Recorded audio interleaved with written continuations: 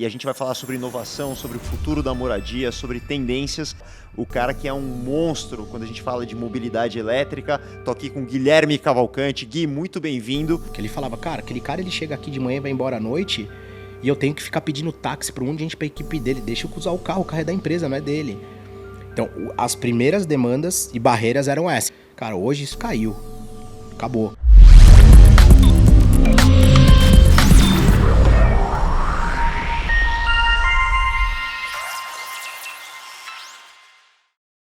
Boa noite, galera. Bem-vindos a mais um podcast da Inda House. Eu sou Ale Frank, o CEO da House, e a gente vai falar sobre inovação, sobre o futuro da moradia, sobre tendências. E hoje um convidado muito, mas muito especial, o cara que é um monstro quando a gente fala de mobilidade elétrica. Tô aqui com Guilherme Cavalcante. Gui, muito bem-vindo. Obrigado, primeiro pelo convite, né?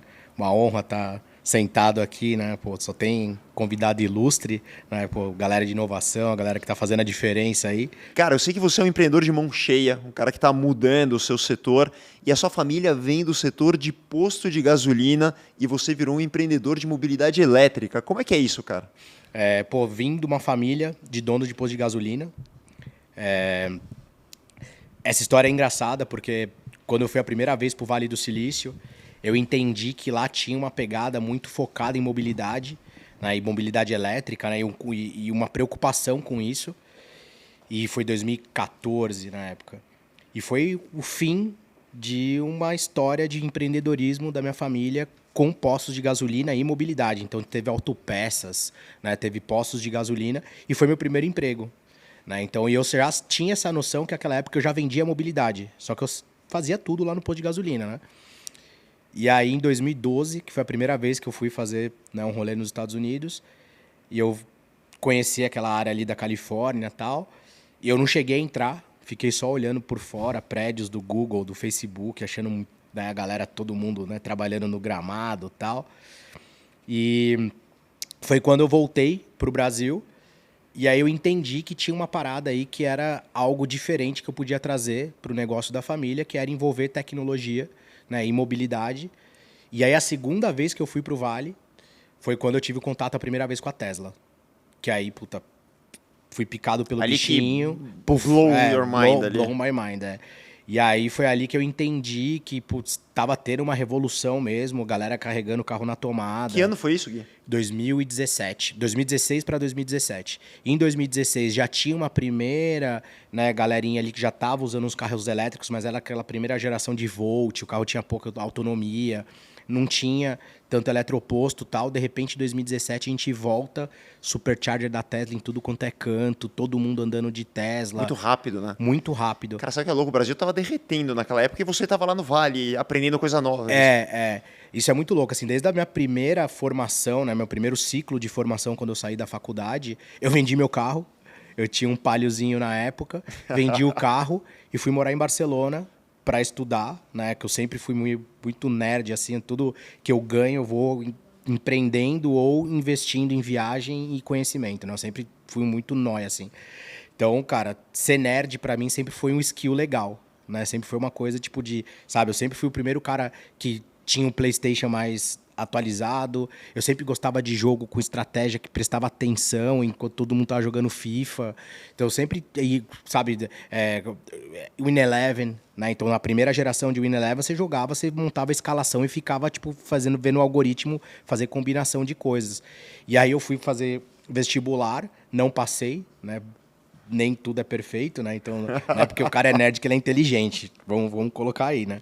Então, eu não passei em nenhuma faculdade que eu prestei de publicidade na época e passei na faculdade de tecnologia na PUC. Então, eu sempre fui muito ligado em tecnologia. E aí, essa época que eu fui para Barcelona a primeira vez, coincidência, eu participei de um projeto, o primeiro projeto de bike sharing do mundo, que era o Bicing, em Barcelona. E eu trabalhava numa agência de publicidade. E ali eu já comecei, cara, a ter uma afinidade com essa coisa de deslocamento, de, sabe, se preocupar com mobilidade e tal. E aí, quando eu fui pro Vale essa segunda vez, que eu tive contato com a Tech, que eu vi muito rápido. Puta, 2016 quase não tinha. De repente, no final de 2017, já tinha uma porrada de supercharger, todo mundo só Eu vi isso falava. com patinete. Eu fui pra Austin, um ano não existia patinete. Isso, No Side by segundo não dava Southwest, pra né? andar na calçada. De tanto isso. patinete que tinha. A curva de adoção é impressionantemente rápida, né? E ainda era legal porque, assim, a gente brasileiro é muito curioso, né? Então, puta, Stanford, quando você fica em São Francisco pra ir pra ali pra Bay Area, cara, tinha um problema de mobilidade. Aí, de repente, os caras apareceram com a Lime. Os patinetes tudo jogado e tudo quanto era canto. E quem que era que fazia as merdas? E começou os caras a ensinar. A gente ensinou os caras a fazer modelo de negócio com patinete brasileiro. Então todo mundo chegava lá, você via cara correndo, caindo, você ia lá, os caras rindo e falando em português. Você fala, é brasileiro. Né? Largando na porta do McDonald's lá, é brasileiro. Então, assim, aí a gente entendeu que ali tinha uma pegada muito de resolver problema. Né? O Airbnb nasceu lá. O Uber nasceu lá. O patinete compartilhado nasceu lá. Literalmente resolver problema, né? Sim. Gui, você sabe que quando eu comecei a jornada empreendedora na minha empresa anterior, da House, foi focado em mobilidade. Eu era um cara que ficava 5 horas por dia dentro de um carro. E eu queria resolver o problema do trânsito, que você estava falando. Eu abandonei o carro, escrevi 3 livros sobre mobilidade, então eu sou apaixonado pelo tema. E quando a gente começou a fazer os prédios, eu falei, olha, eu acho que tem que ter o carro compartilhado. E a gente criou a vaga, a gente anunciou que teria o carro compartilhado. O prédio estava lançando, né? Geralmente demora 3 anos para ficar pronto. E não existia nenhuma empresa de carro compartilhado, nem de qualquer modalidade que pudesse colocar um carro para alugar. E o nosso plano é, qualquer coisa a gente vai comprar um carro e o próprio condomínio vai lá e faz o sharing, o que for preciso. E começaram a nascer as primeiras. E foi difícil, porque eles não conseguiam fazer fechar a conta no começo. E depois foi evoluindo, até algumas empresas tentaram um modelo peer-to-peer, né? Que eu empresto o meu carro, eu compartilho o meu carro com alguém que me remunera por isso. E eu vi que foi uma trajetória, mas hoje evoluiu muito, né? A ponto hoje a Alcorp está gigante, já ter empresas enormes como clientes, e inclusive a gente tem uma parceria grande na House. Conta um pouquinho como foi essa evolução, quais foram as dificuldades, qual é o tamanho da empresa hoje, quem são os principais parceiros. Eu queria que vários empreendedores assistem a gente, principalmente no mercado imobiliário, e tem uma correlação mobilidade e mercado imobiliário muito grande. Conta um pouquinho da tua trajetória, de como está hoje, quais foram as barreiras e como você venceu cada uma delas. Tá. Cara, acho que a primeira, que até a gente estava falando ali no warm-up, é você sentir na pele a dor do cliente. Né? Então, quando eu virei a chave, lá em 2017, que eu falei, puta, vou abraçar a mobilidade elétrica e também vou ter carro elétrico. Puta, não tinha eletroposto, eu carregava, né, carro na tomada de casa, passava perrengue, ficava tendo Quantas horas demora na tomada? Cara, na tomada demora umas 12, vai. Dependendo da tomada, se for mal instalado, umas 25 horas. Então, tipo, imagina, você vai pra praia na sexta, você sabe que você tem que voltar no domingo. Ponto. Antes disso, você não consegue, você não tem autonomia pra voltar. Então, assim, nessa época a gente sofria muito. E foi um puta aprendizado legal. Sabe? Então, tipo, você ter, né, antecipar a jogada e sofrer na pele, né, o que o cliente, acho que essa foi a principal barreira que a gente partiu quando a gente resolveu pivotar um negócio e ir para Corp, né? Então a gente conseguia resolver problema de empresa grande. Então, assim, acho que também teve uma decisão de negócio lá atrás que foi muito boa. Como era antes o modelo? Cara, antes o modelo ele era B2C, né? Ele era soltaram carros por São Paulo e anunciaram na Veja tem carro compartilhado, né? Que era muito parecido com o da Yellow, da Bike, né? Era free floating. Então, cara, 99% de chance de dar merda. São Paulo, né, cara? Você vai deixar um carro na rua, qualquer nego vai lá, escaneia a CNH e um cartão de crédito e coloca. E aí começou a dar muito problema. Regulamentação, multa pra caramba, né? Então, o carro elétrico... Né, vai buscar o carro em outro estado. Puta, em outro estado, Rio de Janeiro, já aconteceu. Então, assim, acho que a principal barreira foi cultural. Total. Assim, tipo, don't be gentle, it's a rental. Né? Então, cara, ninguém cuida. Você tá no seu carro, você vê a lombada ser freia, seu filho... Traduz pra galera que não entende. Tipo, você não precisa ser gentil, é alugado, né? Tipo, num bom português, acelera, né? Foda-se. Então, assim, cara, num carro alugado, no seu carro, você pode estar com seu filho, você pode estar com uma caixa de ovo do lado, você vai frear e vai explodir tudo, porque é seu carro. Quando você tá no alugado, você pensa, puta, se eu acelerar, sai as 4 rodas. Sabe? Puta, será que tu, sabe, Velozes e Furiosos? Pá! Cara, então assim, a galera não tem esse problema cultural, primeiro. E você deve sofrer isso também, seus apartamentos são compartilhados. Sabe que a nossa comunidade ela é muito cuidadosa, tanto com os apartamentos como a área comum. Aham. Eu imaginei que o pessoal ia ligar, realmente, se não vou ser gentil, mas eu me surpreendo a cada vez, sabia? É que hoje teve também uma mudança cultural muito grande. Teve, Em 2018, ali o barato Porque era tem louco. economia compartilhada, ele sabe que se ele não cuidar bem, ele mesmo vai pegar o próximo Com e não certeza. vai estar legal, né? E não vai ter mais o serviço daqui a 6 meses. É. Então, não, né? Então, acho que a primeira barreira que a gente teve que, né, entender era cultural, e foi exatamente isso que a gente levou em consideração para pivotar o negócio. Então, a gente tinha um board que a gente precisava convencer os caras que tinham uma cabeça super tradicional do mercado automotivo, que era, tipo, um carro, legal, então um carro compartilhado, e todo mundo falava isso, vocês são loucos. Né? Pô, vocês estão olhando para carro elétrico, tem 3 modelos, na época tinha 3 modelos, como é que a gente vai escalar? Não Hoje escala. são quantos?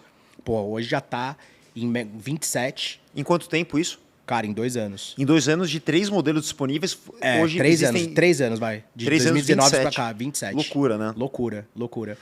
E assim, Nico, explica um pouquinho, desculpa te interromper, explica um pouquinho como é o modelo, a gente falou de corp e tal. Você coloca uma frota disponível dentro de uma empresa grande e os colaboradores usam aquele carro, como é que funciona? Exato, Tem, na verdade, 2 grandes entregáveis, né? O primeiro dele, que é negócio, é você conseguir ter muito mais... você conseguir suprir muito mais necessidade de deslocamentos da empresa do que ter um carro dedicado para uma pessoa só.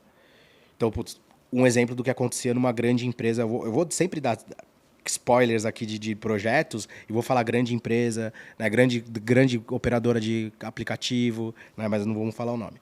Então a House pode falar. A House eu vou falar sempre, é o Corp também, Itaú também, que é nosso grande parceiro. Mas a gente... O que acontecia? Tinha muita empresa que não entendia a questão de usar o bem, o ativo, né, da empresa para você conseguir ter um compartilhamento e um bom uso do ativo dentro da empresa. Então, frota. A gente olha para a frota. O cara da frota, ele era sempre o cara que ele estava preocupado em renovar contrato. Ponto. Deu problema? Tem seguro. Não sei o que, tal. E o carro do Alexandre estava pronto para usar sempre. Porque o Ale tinha a cadeirinha dele do carro, pendurava o terno dele e o Ale era o diretor de marketing. Aí o Ale chegava no escritório dele, isso no velho normal, né? Parava o carro às 9 da manhã, saía às 8 da noite. A equipe dele precisava do marketing, precisava fazer visita, precisava ir visitar cliente, precisava não sei o que, o carro do Ale lá e ele gastando Uber e usando o próprio carro. Não faz nenhum sentido, né? Não faz nenhum sentido. E aí tem uma pegada ESG absurda. Exato. Também. Então não existia esse conceito lá atrás. Então a primeira coisa que a gente mostrou para a empresa é fazer um bom uso do bem. E isso lá fora já era normal. Diminui o número de carros necessários para atender? Sim, o car sharing... Enquanto você tem essa estatística? Cara, a cada 100 tira 12, 15. Pô, é violento. 15% Muito. de economia. Porra. 15% a menos de ativos produzidos. De contratos. De de risco. Então, quando bate no compliance, o cara do compliance é música pro ouvido dele. Você está diminuindo o risco. Né? Você está diminuindo mais gente usando o ativo da empresa. Então, assim, e aí tinha uma outra coisa também que era social dentro da própria empresa. Essa grande empresa de cosméticos, que foi uma das primeiras dos nossos clientes, a menina que contratou a gente era do RH. Então, tudo começou com RH. Então, o cara falava assim, eu preciso de carro dedicado. Aí a menina do RH, não, você não precisa de um carro dedicado, você precisa ir e voltar da empresa. Aí convenci o cara. Por quê? Porque o chefe dela morava no prédio do lado dela, tinha um Corolla que ela deu como benefício pro cara, ela estava no ponto de ônibus, na chuva, E o cara carro parado. passava... Não, o cara passava e ia embora. E ela morava lá do outro lado da cidade. Ele chegava aqui quase junto com ela, só que ela pegava 2 conduções, pegava não sei o quê. Aí um dia ela virou e falou, meu, me ajuda a mostrar pra esse cara que ele podia falar, oi, tudo bem? Às vezes o cara nem conhecia ela. Então, ela olhou muito para um lado social, que as pessoas começaram a se conhecer na própria empresa. Imagina, eram 6 andares de um prédio aqui na Paulista, essa grande empresa de cosméticos. Tinha gente do 4º andar que não conhecia o do 5º. Então, esse cara, ele meio que passava... Isso é mais comum do que a gente imagina, né? Muito mais. No nosso caso, na Uma House, empresa com 4 mil pessoas. os caras moram no mesmo prédio e não se conhecem, não tem essa colaboração.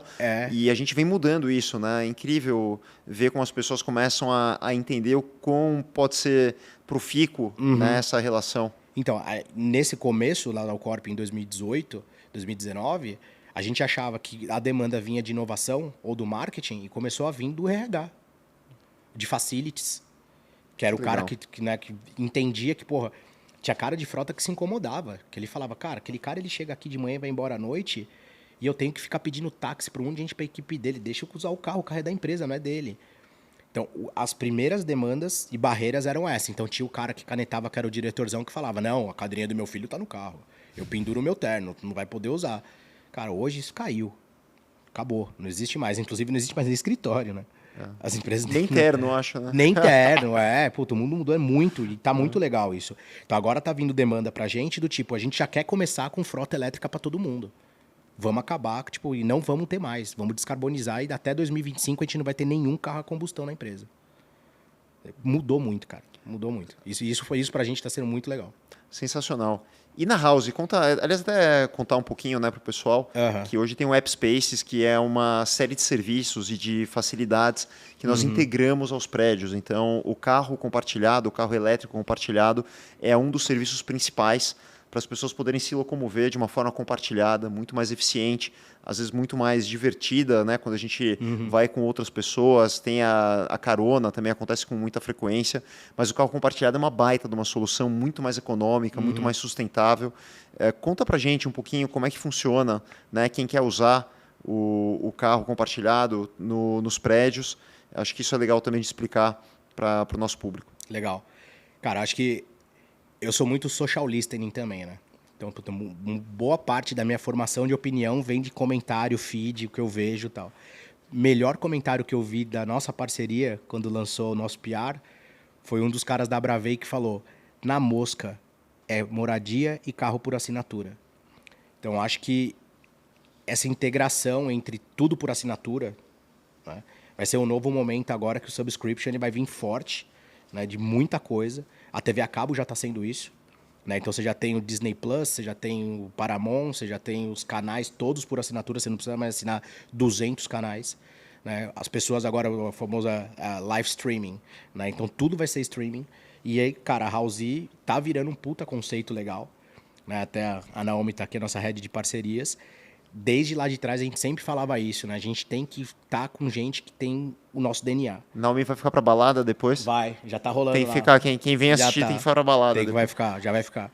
Eu tenho que botar o hotel para dormir, mas a Naomi, ela representa bem a gente aí. A gente tem esse olhar muito criterioso para com quem a gente se associa. Sabe, eu acho que desde lá de trás a gente sempre falava, putz, esse conceito, né, de assinatura, esse conceito que a House faz, que a House hoje é uma love brand, né? Querendo ou não, para você é um puta desafio fazer isso, né? Então, puta, é tipo House, né? Falar, pô, virou um conceito. Né? Falar, tudo por assinatura é tipo House, né? Então, pô, a gente também está trabalhando para que o conceito, né, case, né? Não sei se você sabe o que é o conceito case, que ele é Connected, Autonomous, Sharing and Electric. Né? Então, o conceito case... Muito bom, eu não conhecia o conceito case. Tirando o autônomo, que vai acontecer lá na frente, o resto a gente já tem hoje. Né? Então, a gente está conectado, a gente tem toda a questão, né, de não ter a posse, né, não ter o bem, mas você poder usufruir por um micro momento de tempo. Né? Depois eu vou fazer até um paralelo legal com as histórias que aconteciam no Vale, né, disso aí, quando a gente descobriu... Pode fazer, aqui o podcast é teu, Gui. Então pode fazer. Então, que isso acontecia muito quando a gente fazia imersão no Vale, que levava uma galera e no aeroporto o cara falava pra mim, falava, e aí, o que você vai fazer lá? Aí o cara falava, não posso te contar, você vai roubar a minha ideia. Era... Tipo, tinha cara que já andava com os NDA, assina NDA pra depois a gente conversar no avião, sabe? Então, tipo, o cara, não pode me contar. Aí o cara chegava no Vale, na primeira esquina ele via 2 ideias muito melhor que a dele, de graça. Aí o cara murchava, sabe? E uma delas foi uma das imersões que a gente fez, que o cara era de uma grande empresa de seguros para carro, e eu já tava com a Corp, foi a última vez que a gente foi pro Vale, e o cara veio nessa onda de, não vou te contar, porque o projeto é confidencial lá dentro da companhia, que não sei o que e tal, e era seguro por assinatura Paper Mile. Aí a hora que ele desce, tinha um pôster gigante na rodoviária lá de São Francisco para ir para Palo Alto, Metro Mile. Só pague o seguro que você usar do carro. Ele, puta, era isso. Eu falei, pô... isso. Ideia não vale nada, né? A ideia não vale nada. Então, assim, eu acho que isso é uma coisa muito boa. Eu acho que você tá numa onda de inovação mais maker e olhando para essas novas tendências de assinatura, tecnologia, o nosso App Space agora, que a gente está colocando os nossos parceiros dentro dos seus parceiros.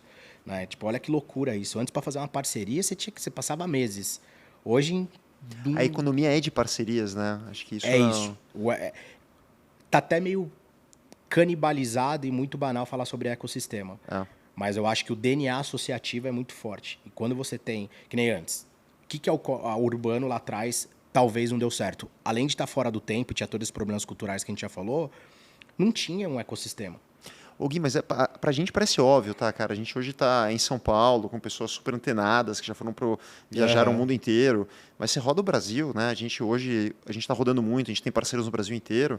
Cara, o modelo associativo, coisas que parecem até um tanto quanto básicas de ecossistema, não é um conceito tão difundido. Então, por isso que é muito legal quando a gente faz aqui o podcast, que a gente consegue chegar em todos os lugares do Brasil, que a gente consegue despertar novas ideias, novos conceitos. E o sistema de quando a gente fala do sistema, né, de ter um ecossistema ligado com empresas que se ajudam, colaboram, tornam a experiência muito mais efetiva, geram mais tempo, geram mais economia, não é trivial. Então, quando você falou dos ecossistemas que fazem essa melhoria, cara, é muito válido, sim. E é legal, porque você puder falar um pouquinho mais, inclusive, de como que você conecta, né, as frotas, os carros, entre as empresas, entre os colaboradores. Acho que isso é muito legal, inclusive, para despertar ideias de novos modelos, do que é possível fazer hoje. Né? Vou até fazer um jabá aqui lá do nosso hub, lá do Smart Mobility. Lá Por favor, no Cubo. essa é a ideia. Cara, você está no Cubo, né? Lá você sabe no que a Cubo. House passou pelo Cubo, Você eu tenho me contou. muito orgulho. E conta que também... Primeiro, o que é o Cubo? A galera tem que conhecer também o que é o Cubo. Legal. Puto, o Cubo lá atrás, eu tenho até um parêntese legal, que eu vi o MVP do Cubo nascer dentro do Itaú Cultural. Minha mãe trabalhou no Itaú 27 anos, né? Demais. E no ano que ela estava se aposentando, acho que foi 2010, 2009, foi quando eu tinha acabado de voltar de viagem, que eu tinha morado fora uma época, e ela estava se aposentando. E um grande amigo dela que estava se aposentando também, que hoje é presidente, CEO do Banco Neon, Jean Cidrich. Então, um abraço se ele estiver vendo aí, Jean. Faz muito tempo que eu não vejo ele, puta cara. Pô, o cara montou o Banco Neon depois de se aposentar. Bonito, hein, Jean? Legal. Parabéns. E ele é um cara bonitão também. E o Jean, cara, foi um cara que, tipo, ele teve um olhar muito grande do tipo... Aqui no prédio, aqui na Paulista do Itaú Cultural, tinha 4 andares que estavam vazios. E tinha muito cara se aposentando, que nem minha mãe. Minha mãe se aposentou com 57 anos, o Jean tinha 55, cara, ele assiste 60. vizinho de muro aqui do... Aqui do lado, E eles estavam se aposentando muito novos. E eles faziam a mesma pergunta, o que a gente vai fazer? Né? E eu lembro que ele capitaneou uma galera a ir pro Itaú Cultural, que era o prédio do Itaú Cultural, pra, tipo, começar a fazer MVPs de coisinhas lá pra levar de inovação pro banco, porque não tinha uma área de inovação em 2008. Esse foi o CID do Cubo, é isso? Foi mais ou menos isso, foi o POC, né, lá atrás, foi um MVP, mas a história começou por aí e eu lembro disso. Porque eu lembro que uma vez que eu vim com ela aí, eles estavam todos, tipo, eu sempre vi eles de terno e gravata, eu nunca tinha visto minha mãe sem tailleur, velho. Foi a primeira vez que eu voltei de viagem, de repente eu vi minha mãe com roupa normal de manhã, eu falei, nossa, cadê o crachá de executiva de banco, né? Eu tô quase pedindo pra você explicar o que é. Essa nova geração não tem a menor ideia do que é um tailleur. Que é um tailleur, né? Era tipo um crachá de quem trabalhava em banco. Só podia ir terno e gravata e mulher de tailleur, né? Que é uma roupa social de mulher, né? E eu nunca tinha visto minha mãe. Minha mãe é uma pitada aí de cultura dos anos 80, né? Minha mãe usava ombreira pra ir trabalhar, sabe? Tipo, não podia entrar de vermelho no Itaú naquela época. Tinha. Muito louca, aquela época era muito louca. Enfim. E aí eu lembro que esses caras, eles olhavam muito pra ir pra... Eles estavam olhando muito pra... Puta, já que a gente ficou esse tempo todo aqui reprimido, vendendo o banco, que isso é a parte legal que eu queria te falar, que o banco, ele mudou muito também. Então, naquela época, os caras eram financeiros, tipo Lobo de Wall Street, sabe? Eles eram muito malucos naquela época. E aí, figurante do Lobo de Wall Street, sentava em banco, era aquilo, né? E hoje não. Hoje você pega o discurso do CEO do Malui, que é o CEO do Itaú. O Itaú hoje tem 4 pilares. Um deles é música. Então você vai ver, puta, patrocinando festival, Rock in Rio e tal, que é música e cultura.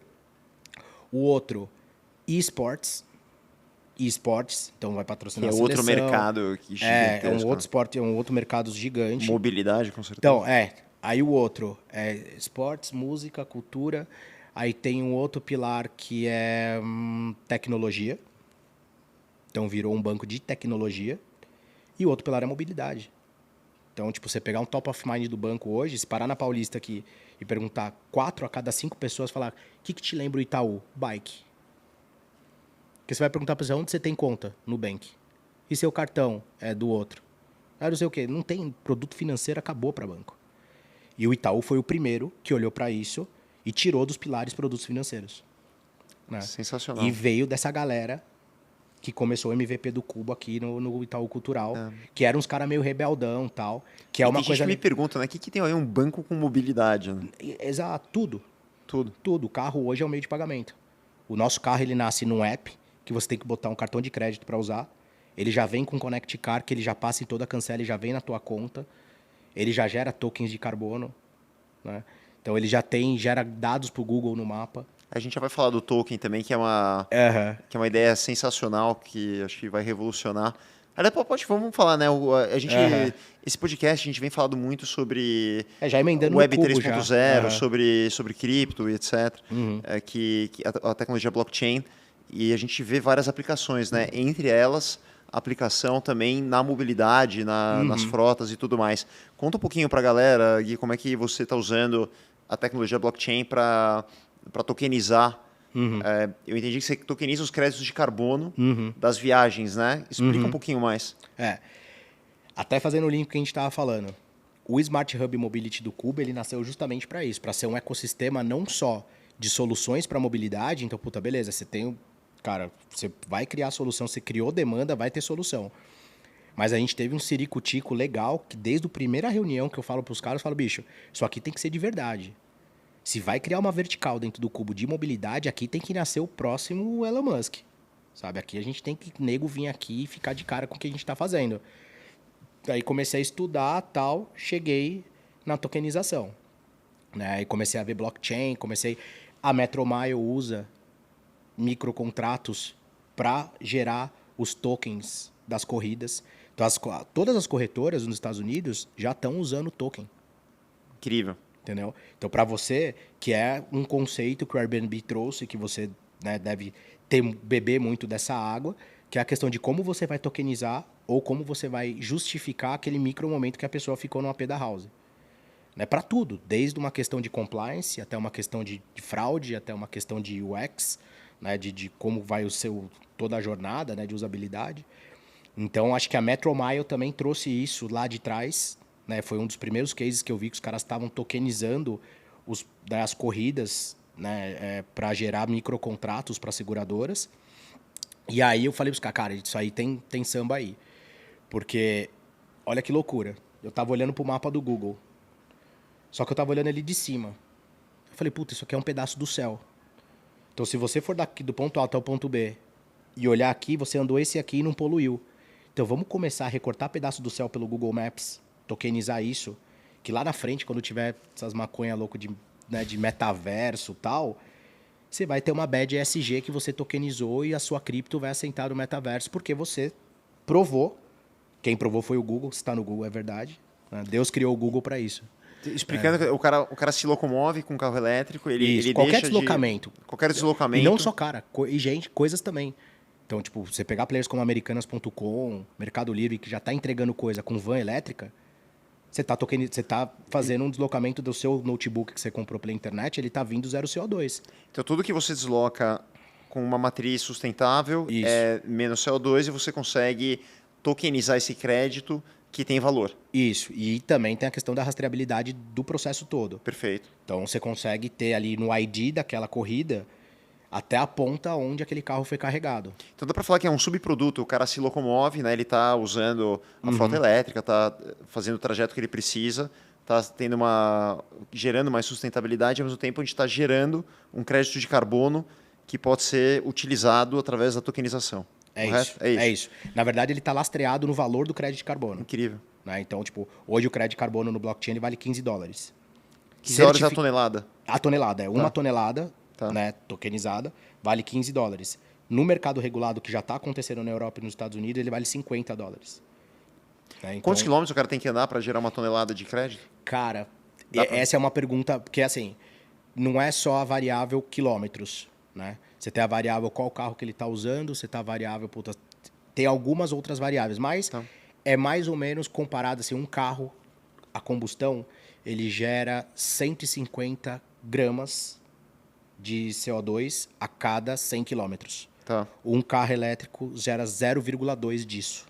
Demais. Entendeu?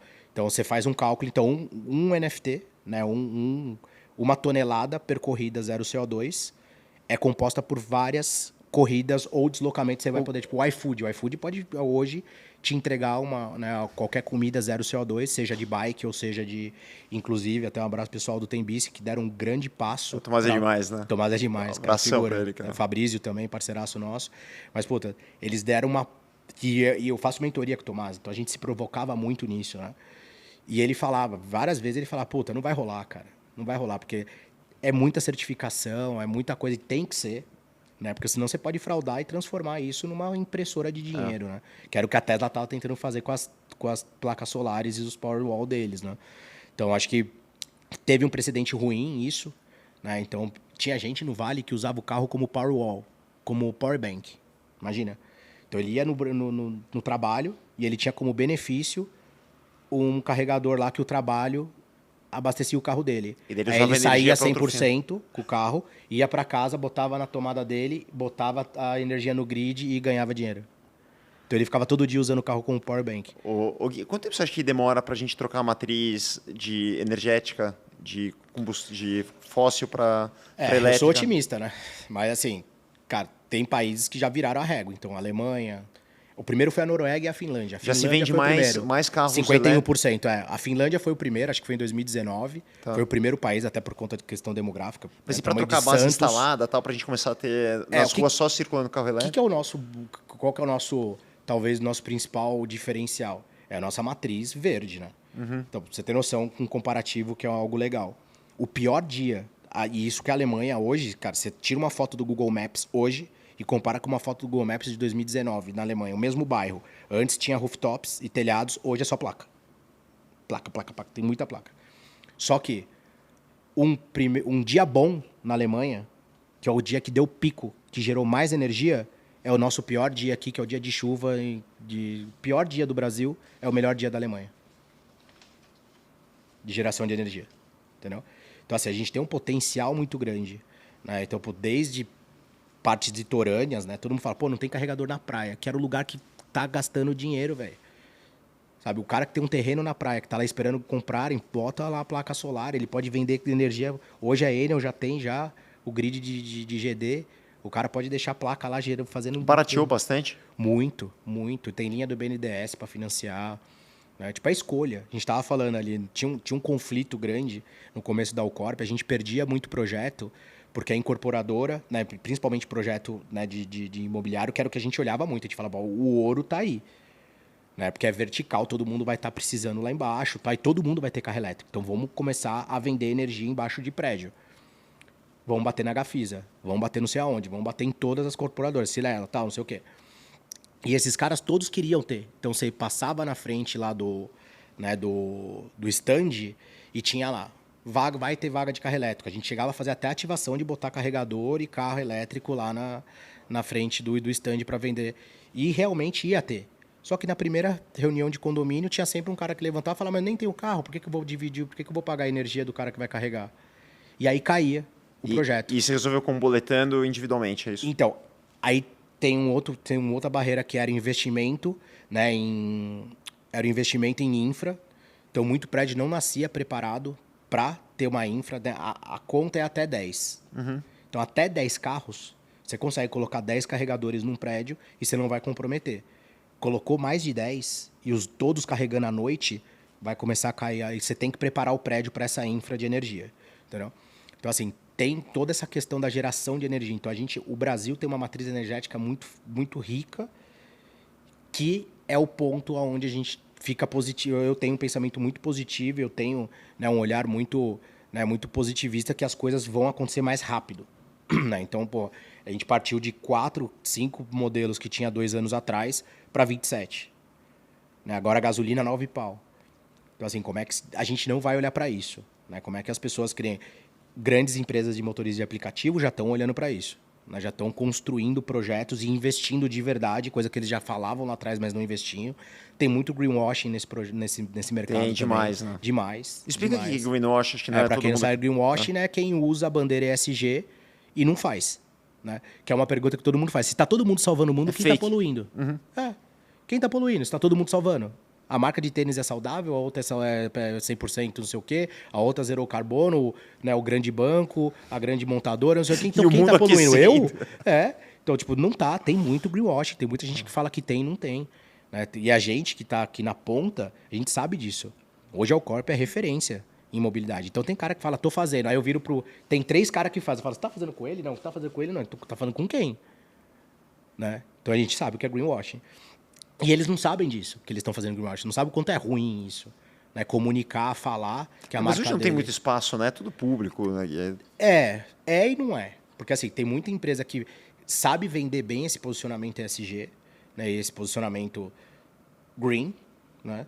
Mas ao mesmo tempo não aplica da forma que tem que ser. Então o diretor ele pode escolher ter um carro diesel ainda. Não, cara, você não está entendendo. A gente é ESG.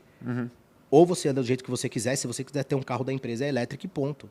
Você não vai pegar uma carta e comprar, né, um carro diesel. Não pode. Né? Então, isso era muita carteirada que dava. A gente toma carteirada direto lá no VEC também. Tem cara que eu sou superintendente, não sei o quê. Onde está o carro? Sou do outro do estado. Né? Sou do outro estado. Porque qual foi o critério de escolha de não botar aqui e botar aí? Cara, o critério é que a gente é um projeto de tecnologia em fases e uma hora vai chegar aí. Né? E vai chegar. Isso é a verdade. Só que primeiro precisa ter essa conscientização e a gente tem que valorizar tudo isso que a gente tem, né, de matriz energética. As montadoras já estão olhando para isso, então isso é legal.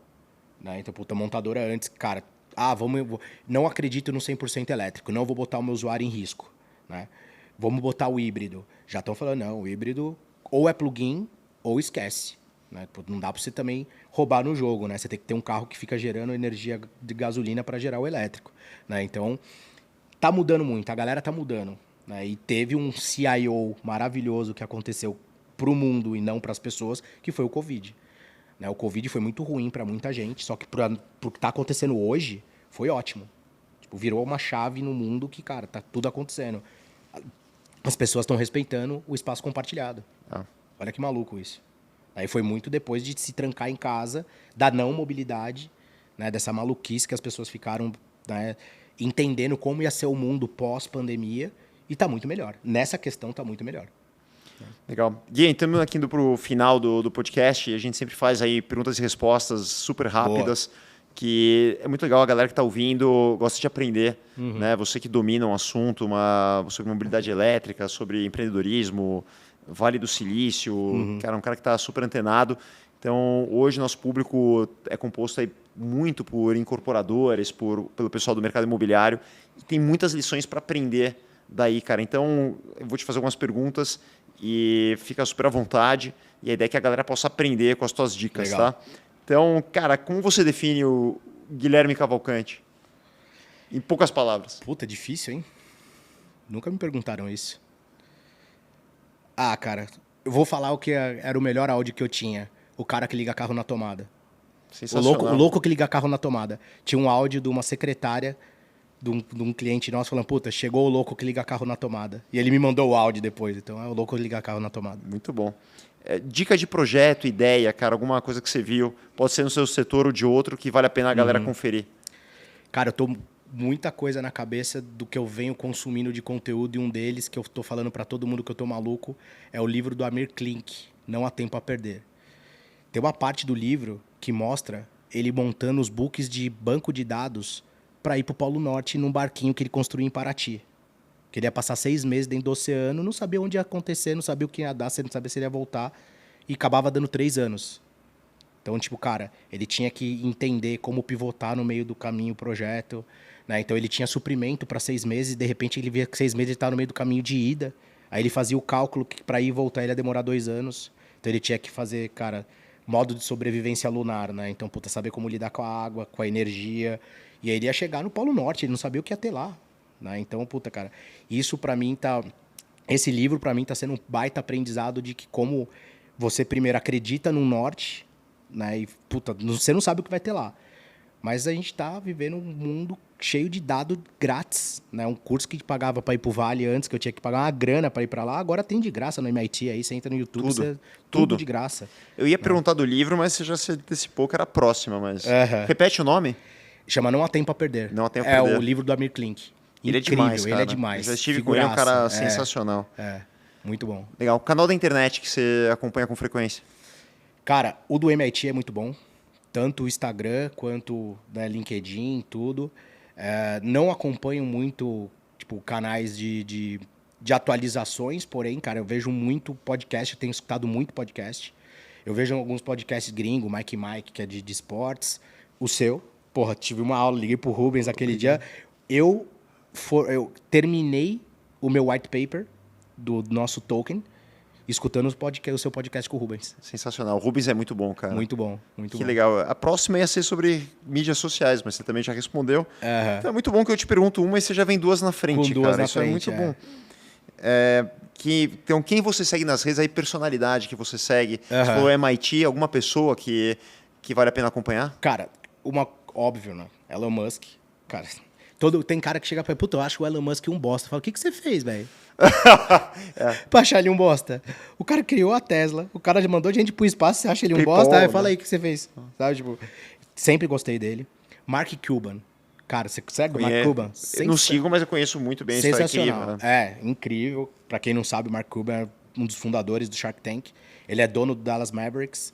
É o cara mais rico do Texas, que é o estado mais rico dos Estados Ele é o Unidos. número 1 do Texas? Isso eu não sabia.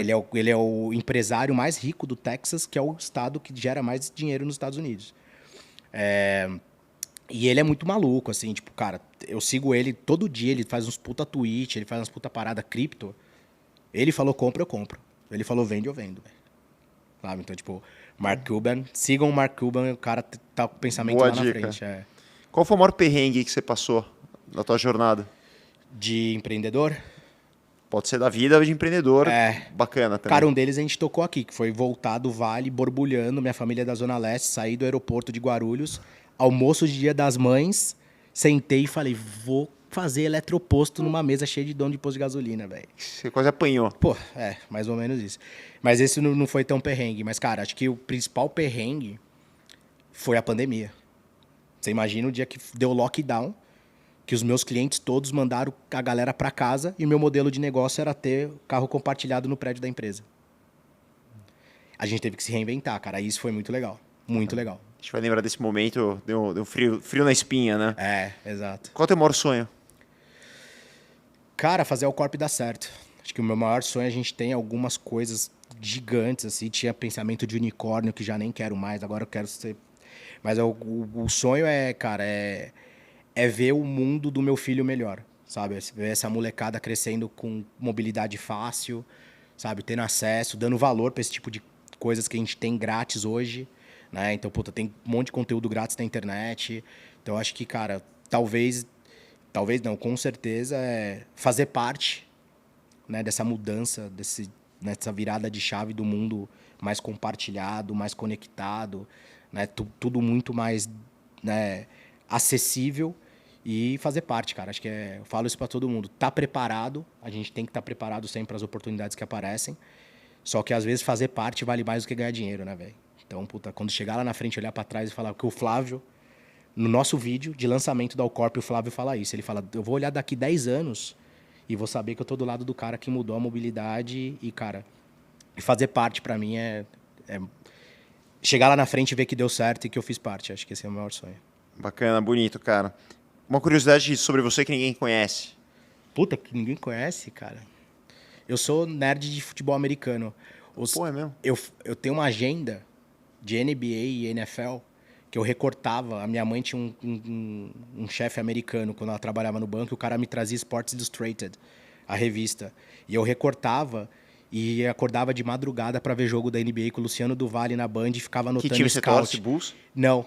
Eu tenho muita coisa do Bulls, só que hoje eu sou Warriors, né, por conta de ter visto muito jogo lá. Gosto muito do Bulls, mas eu tenho, cara, agendas de quando eu tinha 8 anos de anotação de scout. E eu fazia card recortando Sports Illustrated. E hoje eu faço isso meio que com meu filho, ensinando ele NFL, né? Então, putz, isso é uma coisa que quase ninguém sabe, quem Legal. me conhece sabe, mas é tipo um vício mesmo, assim, cara. Ontem eu tava fui dormir assistindo reprise de jogo que eu sabia que ia passar na ESPN e fico assistindo como se fosse a primeira vez, assim, sabe? Tipo, isso é muito louco. Muito bom. E para finalizar, Gui, uma mensagem aí para o Universo House e os nossos Porra, usem a House e espectadores. usem a Alcor. Boa. Eu acho que, pô, acessem o App Space, né, Bi? Acessem o App Space da House, mas, putz, compartilhem, né? Acho que o mundo compartilhado agora, o mundo por assinatura vai ser muito legal. As pessoas vão ter acesso a coisa que não tinham, né? Então, puta, um case que é da BMW, que é um cliente nosso também, abraço para todo mundo da BMW, foi um engenheiro da fábrica da BMW lá o dia que ele baixou o app e saiu com o carro da BMW pela primeira vez para mostrar pro filho dele.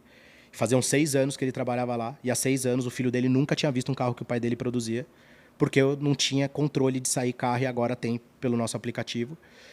Então, porra, o cara teve acesso ao carro que o CEO da BMW anda para levar pro filho dele em casa.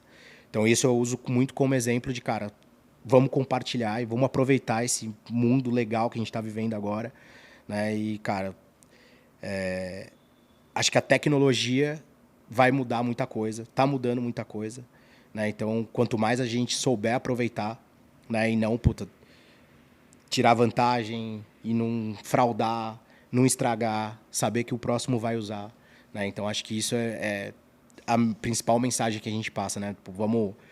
Vamos aproveitar esse momento legal que a gente está vivendo do mundo, vamos ficar na House, né? Vamos andar de Jaguar, de Tesla, de BMW compartilhado, né? E, putz, vamos tirar essa visão negativa que a galera tem de que, puta, não só brasileiro, mas todo mundo não tá nem aí, don't be gentle, it's a rental.